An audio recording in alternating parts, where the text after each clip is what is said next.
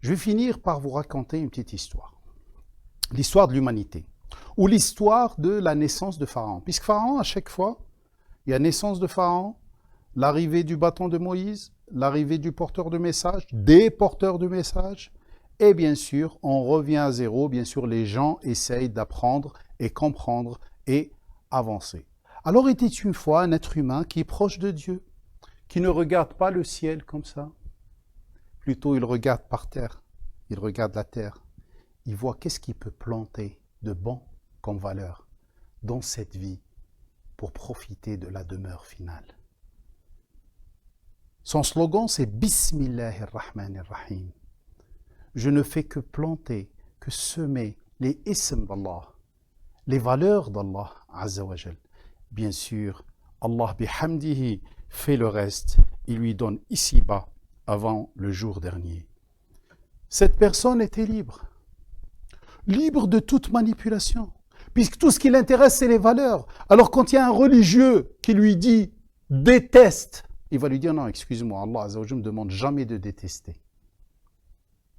Quand il y a un financier qui lui dit « consomme », c'est pas grave, alors qu'il sait que c'est mauvais, il va lui dire « non, excuse-moi, je ne peux pas trahir cette valeur de rahma ».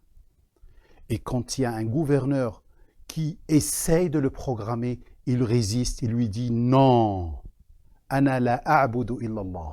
Je ne me laisse programmer que par Allah Azza wa Jal.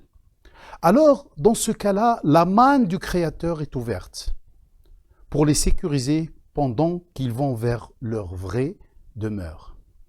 Malheureusement, les êtres humains, ils veulent toujours plus.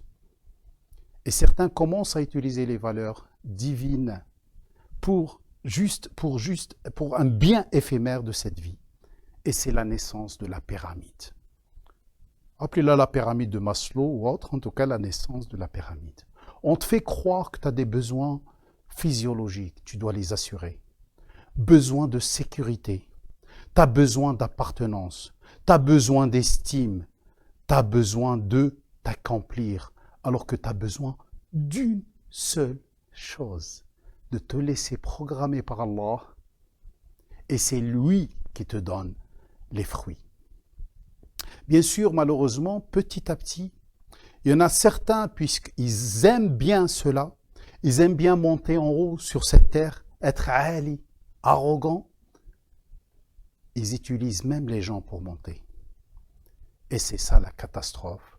Et à ce moment-là, c'est la naissance de Pharaon.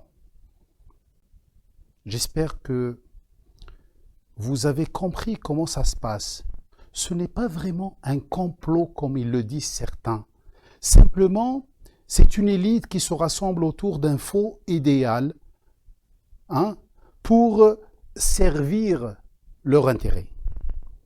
Et c'est la naissance de Pharaon. Bien sûr, par peur de perdre les privilèges et vouloir plus, on va aller vers le contrôle. On essaie de contrôler les gens, les manipuler, etc. Bien sûr, à ce moment-là, c'est l'apparition du message mosaïque. Avec cela, j'ai fini mon rappel. Tout ce que j'ai dit, si j'ai dit une vérité, ça ne peut provenir que de lui. Si j'ai dit une bêtise ou j'ai fait une erreur, ça ne peut provenir que de moi.